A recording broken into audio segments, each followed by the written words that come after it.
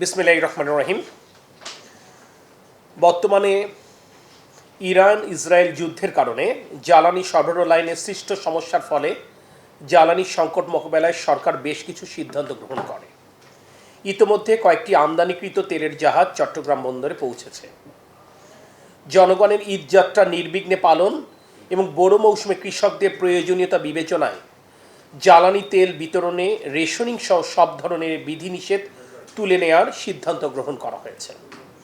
পরবর্তী নির্দেশ না দেওয়া পর্যন্ত অদ্য 15 মার্চ 2026 ইংরেজি তারিখ হতে সকল বিতরণ পয়েন্ট থেকে চাহিদা অনুযায়ী জ্বালানি তেল বিতরণ অব্যাহত থাকবে।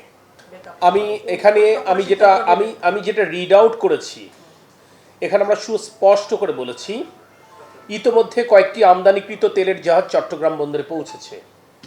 এটি একটি কারণ, জনগণের ঈদযাত্রা নির্বিঘ্নে পালন আরেকটি কারণ, এবং বোরো মৌসুমের কৃষকদের প্রয়োজনীয়তা আরেকটি কারণ। এই তিনটে বিষয়কে বিবেচনা করেই সরকারি সিদ্ধান্ত গ্রহণ করেছে। আমি একটু জানতে চাচ্ছি যে ইন্ডিয়া থেকে আপনারা মনে হয় ইনক্রিজড ডিজেল আনছেন মনে হয়, এটা একটু বলবেন যে আমরা তাদের কাছে অ্যাপ্রোচ করেছি, আমরা তাদেরকে অনুরোধ করেছি, তারা বিষয়টা ইতিবাচকভাবে দেখবেন বলে বলেছেন। এখনো পর্যন্ত আমরা তাদের এন্ড থেকে কোনো সিদ্ধান্ত পাইনি। সরকারি এই সিদ্ধান্ত প্রতিপালনে যদি কোনো এন্ডে আমরা গাফিলতি দেখি, দায়িত্বহীনতা পরিলক্ষিত হয়, অবশ্যই তাদের বিরুদ্ধে প্রশাসনিক ব্যবস্থা গ্রহণ করা হবে। অনেক কিছু আপনারা দেখেননি, বাট একেবারে যে ব্যবস্থা নেওয়া হয়নি ব্যাপারটা তেমন নয়। আমরা তো আপনাকে বারবার করে বলেছি, পরবর্তী নির্দেশ না পর্যন্ত, যতক্ষণ নতুন কোনো নির্দেশনা না আসবে এই ব্যাপারটা বহাল থাকবে। বাট আপনারা যে কথাটি বলেছেন, সব কিছুর মাধ্যমে একটি উদ্বেগ কিন্তু আপনারা প্রকাশ করেছেন যে অতীতে আমরা সকলে দায়িত্বশীল আচরণ করতে পারিনি। যারা বিতরণের সাথে সম্পর্কিত ছিল তাদের অনেকেই যেমন পারেনি, আমরা যারা গ্রাহক রয়েছি আমরাও অনেকে দায়িত্বশীল ভূমিকা পালন করতে পারিনি। আমি আজকে আপনাদের মাধ্যমে আমার গণমাধ্যমের বন্ধুদের কাছে, দেশবাসীর কাছে এই অ্যাপিলটি করতে চাই, আমরা সকলে যদি দায়িত্বশীল হই, আমরা যদি সকলে দেশপ্রেমে উজ্জীবিত হয়ে আমাদের স্ব অবস্থান থেকে দায়িত্ব পালন করতে পারি, আমাদের আশেপাশে কেউ যেন কোনো অসাধু ব্যক্তি অসাধু উপায়ে এই তেল মজুত করে বাড়তি ফায়দা লুটবার কোনো অপচেষ্টা না করতে পারে, এই ব্যাপারে যদি আমরা সকলে সতর্ক দৃষ্টি রাখতে পারি, আমি মনে করি এই বিষয়টি সরকার যে সিদ্ধান্ত গ্রহণ করেছে এই সিদ্ধান্ত বহাল থাকবে। এই সকল বিষয়, এটা শুধুমাত্র একটি প্রেস রিলিজ আপনাদেরকে আমি রিড আউট করলাম, ব্যাপারটা তাই নয়। এই যে সরকার যে সিদ্ধান্ত গ্রহণ করলো, এই সিদ্ধান্তের সুবিধা যেন একেবারে প্রান্তিক জনগোষ্ঠী পান, অর্থাৎ ভোক্তা পর্যায়ে যেন পৌঁছায়, তার জন্য আমাদের ব্যবস্থাপনাগত যদি কোনো ত্রুটি থেকে থাকে সে ব্যাপারে আমরা দীর্ঘ আলোচনা করেছি। গতকাল সাপ্তাহিক ছুটির দিনও আমরা দীর্ঘ সময় এই ব্যাপারগুলো আলোচনা করেছি। আমাদের তরফ থেকে যে সমস্ত ব্যবস্থা নেবার প্রয়োজন সেই ব্যবস্থাপনাগুলো আমরা গতকাল সন্ধ্যা থেকে শুরু করেছি। আজকেও সারাদিনে আমাদের সিরিজ মিটিং রয়েছে। এই মিটিংয়ের মাধ্যমে আমরা আমাদের মন্ত্রণালয়, আমাদের অধিদপ্তরের প্রস্তুতি যেমন আমরা শেষ করব, একইভাবে সকল জেলা প্রশাসনেরও আমরা সাহায্য চাইব। আমার কথাতে কোনো অস্পষ্টতা থাকবার কথা নেই। একই প্রশ্ন আপনারা বারংবার কেন করছেন? যে কথাটা সুস্পষ্টভাবে আমরা বলেছি সে ব্যাপারেও যদি আপনি প্রশ্ন করেন, এটা তো অস্বাভাবিক। শোনেন, আসলে বাস্তবতা সকলে আমরা যা বলছি সেটা কতটুকু বাস্তবসম্মত সেটুকু আপনারা বুঝবেন।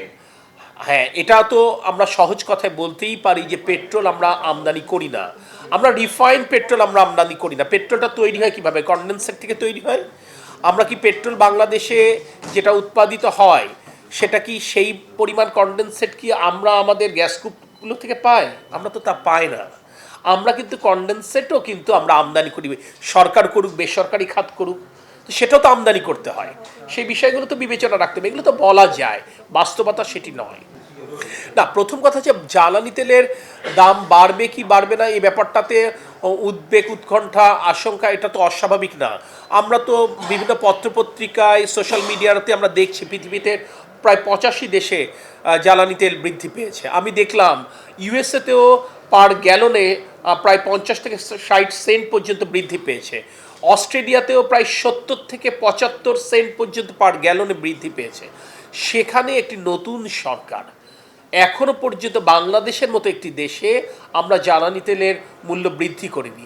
এটার মাধ্যমে তো এই মেসেজটুকুই যায় যে জনগণের ভোটে নির্বাচিত সরকার জনগণের দুঃখ কষ্টের ব্যাপারে ওয়াকিবহাল এবং কোনোভাবেই যেন কষ্ট না কিংবা দুঃখ বৃদ্ধি না পায়, তাদের এইটাকে বিবেচনায় নিয়েই কিন্তু সরকার এইটা সহ্য করছেন, করেই আমরা জ্বালানি তেলের মূল্য অপরিবর্তিত রাখবার চেষ্টা করছি। আমি অতীত একটি কথা বলেছি, আজও আপনাদেরকে স্পষ্ট করছি, বাংলাদেশের অর্থনীতি যতদিন পর্যন্ত যে মুহূর্ত পর্যন্ত এই চাপ সহ্য করতে পারবে ততক্ষণ পর্যন্ত সেই মুহূর্ত পর্যন্ত জ্বালানি তেলের মূল্য বৃদ্ধির কোনো পরিকল্পনা বর্তমান গণতান্ত্রিক সরকার অর্থাৎ জনগণের ভোটে নির্বাচিত সরকারের নেই।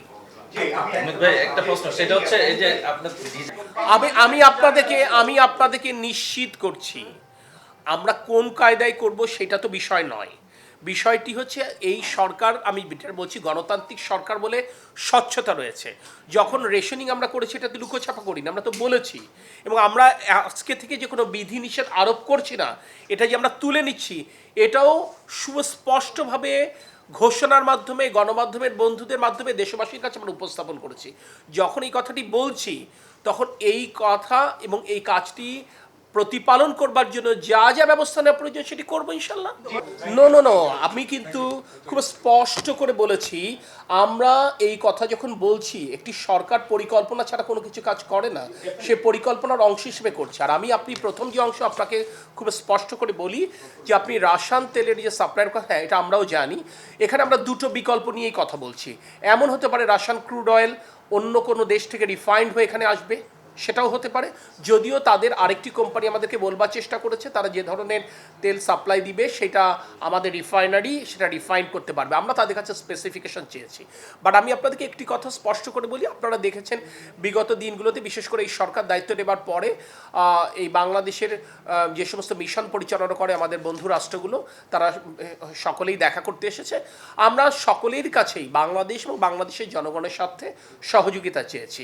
আমাদের জন্য সৌভাগ্য যেহেতু এই সরকার জনগণের ভোটে নির্বাচিত সরকার, সকল রাষ্ট্রই আমাদেরকে সহযোগিতা করবে বলে আশ্বাস দিয়েছেন এবং আমরা তাদের সাথে কন্টিনিউয়াসলি যোগাযোগ রাখছি, যাতে করে আপনি যে সমস্ত সংকটের কথা বলছেন, আশঙ্কার কথা বলছেন, অ্যাটলিস্ট আমাদের এই বড় মৌসুম পর্যন্ত আমাদের কোনো জন্য সংকট না তৈরি হয় সেটি নিশ্চিত করবার জন্য আমরা আমাদের ডেভেলপমেন্ট পার্টনার, আমরা আমাদের বন্ধু রাষ্ট্র, আমরা সকলের সাথে নিয়মিত যোগাযোগ রাখছি।